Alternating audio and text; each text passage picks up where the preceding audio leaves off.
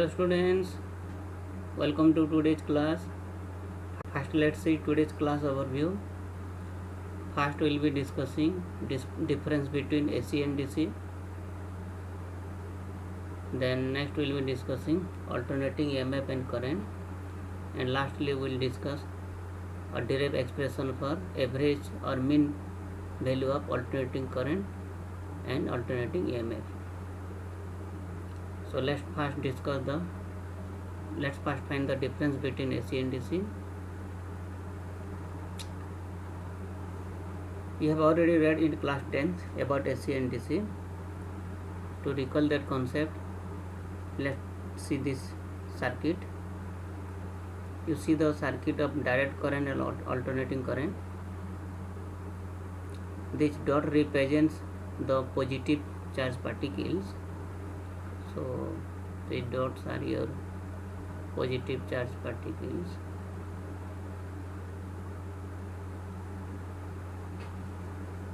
Now look at the direction of flow of current in both the circuit. You can find that in case of direct current, the flow of charge carriers are always from positive end of the cell to negative end of the cell. As you see here, it is always from positive end of the cell to negative end of the cell. Means if you take one point here in the circuit and another point B, then always the direction of flow of current is from A to B. Okay, and as the direction of current is always same or always constant or always in one direction, hence direct current is named, or it is also named as unidirectional current. Unidirectional current. Okay. Whereas if you look to the alternating current, you'll find that the direction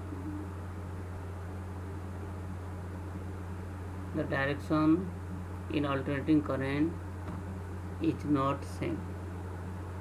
Rather, what you will observe, for half of the cycle, means for some time, the direction is from one side to other side, and for next time it is from the other side to first side. Means if you take one point here in the circuit, let it is A, and another point B here, you can see that for first half of the time period, the direction of current is from A to B. Direction of current is from A to B, and for next half cycle, the direction of current is from B to A. Means for the first half cycle, the flow of the charge carriers are from A to B, whereas for the next half cycle, the direction of flow of charges are from B to A. Okay. Means in case of alternating current, the direction reverses periodically, whereas in direct current, the direction remains constant. Okay. Then what can you tell about the magnitude of the current? Suppose in direct current 0.4 ampere current is flowing, then you will be finding that this current always remains constant. If you take one ammeter and measure the current, you will always find that this current is 0.4 ampere.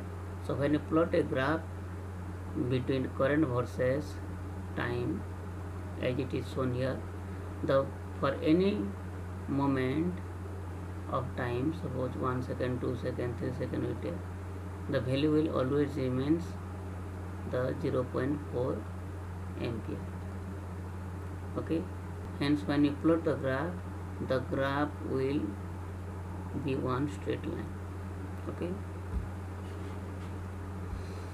it means then the magnitude remains constant in case of direct current, whereas in case of alternating current, if you want to plot one graph, Suppose the maximum current that flows here is 0.4 ampere. Then it is found that suppose at initial time the current was 0, then it will gradually increase, then it will attain maximum value 0.4 ampere, and for this time the current is suppose moving from A to B, then half of the time the current increases from 0 to 4 ampere, then it decreases from 0.4 to 0 ampere. Okay, so when it is flowing, first it increases, then gradually it decreases to 0, then it changes the direction in the reverse direction, then it starts moving, and when it moves again it increases from 0 to maximum 0.4 ampere, and again it decreases to 0. It means the magnitude continuously changes and reverses its direction. Okay, so if this will be plotted in the graph, you will be finding that current take on the y-axis and time on the x-axis. So at initial time, suppose the current is 0, then gradually it increases, it becomes then maximum. Suppose here this is the maximum 0.4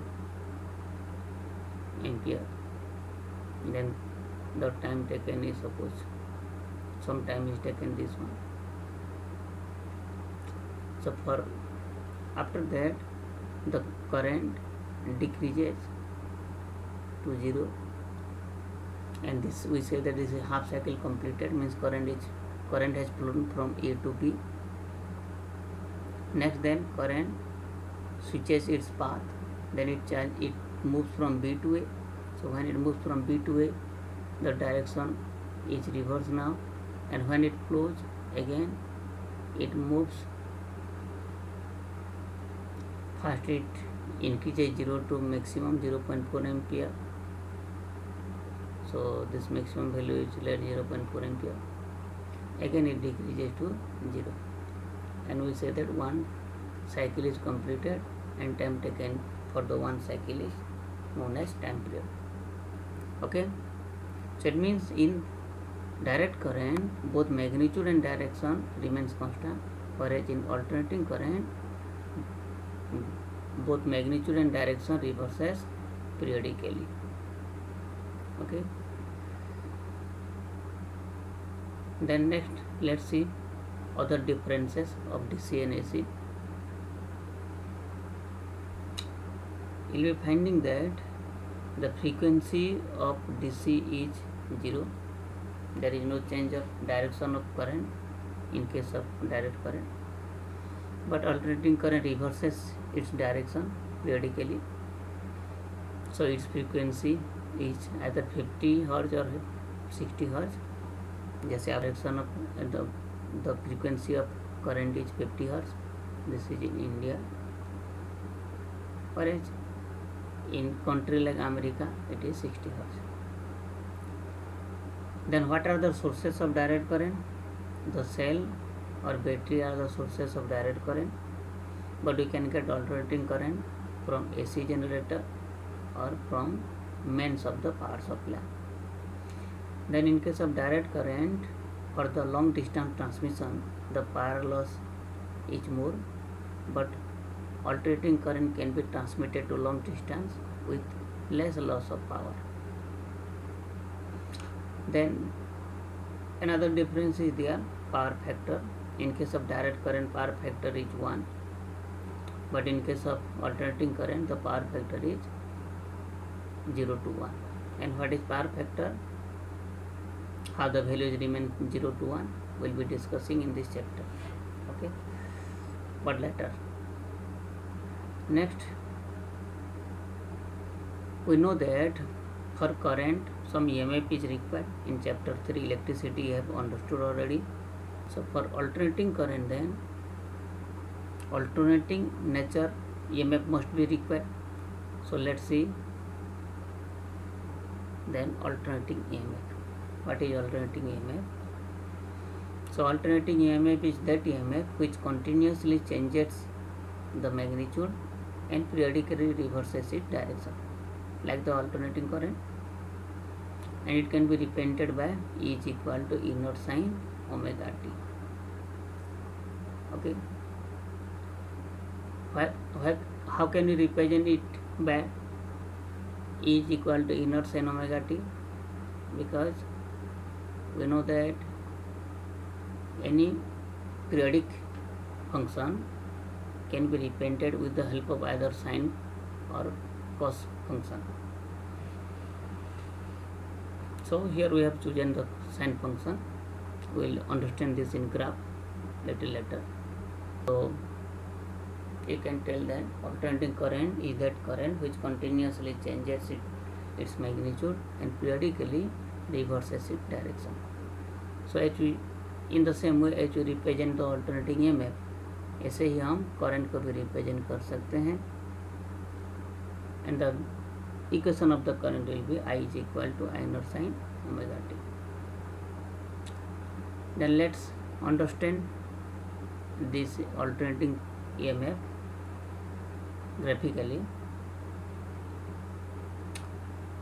Take x-axis, over the x-axis take this phase or the time. In this function omega t, this represents your maximum value known to you, maximum EMF. Then this omega t is known as your phase, and EMF depends on the time, st is a function there. So when we want to plot the graph, either we can plot the graph taking the phase angle or the time.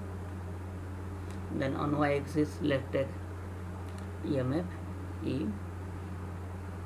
So when t is equal to 0, what will you find? Put the value of t is equal to 0 here in this equation.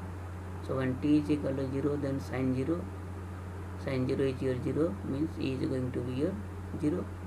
So then the point will lie at the origin. Now when your phase is pi by 2, so put here now in place of omega t pi by 2. So what will be this E then? Value of E, sin pi by 2 is 1, so it will be then E naught, means maximum value. So at pi by 2 you will be getting the maximum value. Suppose the maximum value is here, this one is your E naught, then the maximum value will be pi by 2 here. Then in the same way, when sin pi you choose, again it will be 0. So then now when you take this one, sin 3 pi by 2, then the value will be yours 3 pi by 2 is minus 1. So then E naught will be now minus.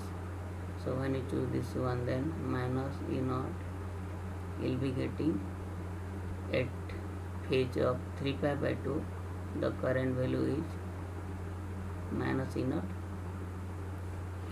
So that you can see in the graph. So as you see here, the graph will be the sine curve, okay, representing the maximum value E naught. In the same way, if we want to plot the graph for the current, the graph will be also sinusoidal in nature, but in this case the I naught will be less than E naught. Why? Can anybody say? Because you know that I is equal to always E by R. So whenever you divide any resistance, any positive resistance, then the I will be definitely less than E. Okay, because as per mathematics you are getting I when you divide the R. So that is the reason why generally we represent the I to be less than I naught, to be less than E naught. Then next,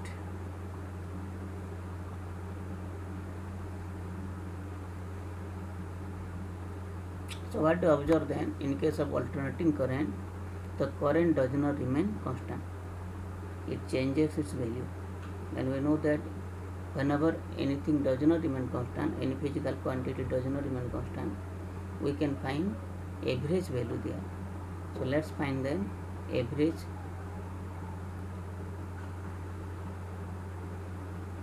of AC over a cycle. Now for this purpose, we will consider a very small time interval, infinitesimally small time dt. Over that we will assume that the current is constant. Then we will find within this time how much charge will flow in the circuit. Then we will find the total charge that has flown through the circuit over the whole time period t. Then we can find the current by applying the formula I is equal to total charge divided by total time, which is here t, total time t, okay, divided by time period t. So let's derive. So first, small charge dq that can be found by multiplying I with dt. Put the value of I, then you will be getting I naught sin omega t, then dt. Now to find the total charge q, you have to integrate. So when you integrate, then your I naught is constant, so you take that one outside. So this is equal to I naught outside.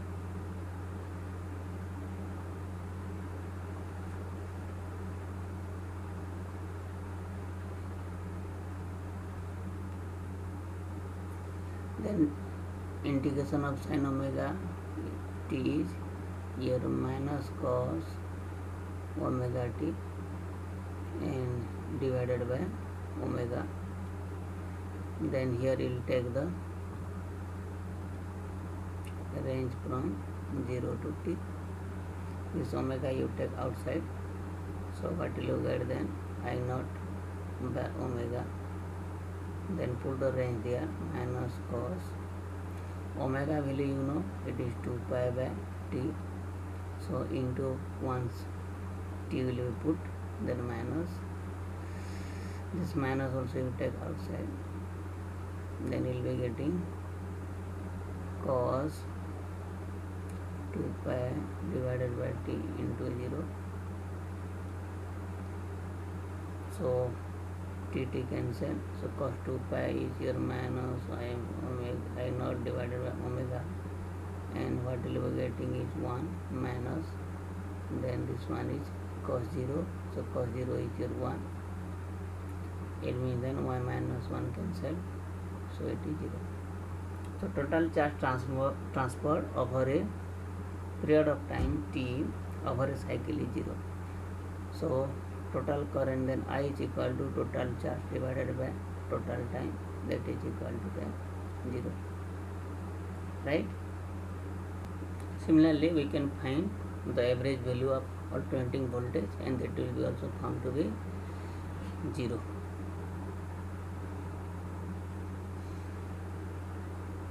One thing we can notice is that to realize the physical significance of this 0, we can tell that during the positive half cycle, if the charges move from A to B, whatever charges have flown from A to B, suppose plus Q charges have flown, Q amount of charges have flown, then when the current flows from B to A, the same amount of charges flow to A. Means if 1,000 charges has gone from A to B, they come back again to A. It means there is no net transfer of charge, because again that 1,000 comes back to A. So total charge transferred is now then 0, and hence the current is equal to also 0. So like this we can understand. Then for today this much, students. Next class we will be discussing the effective value of alternating current. Till then, thank you. Bye.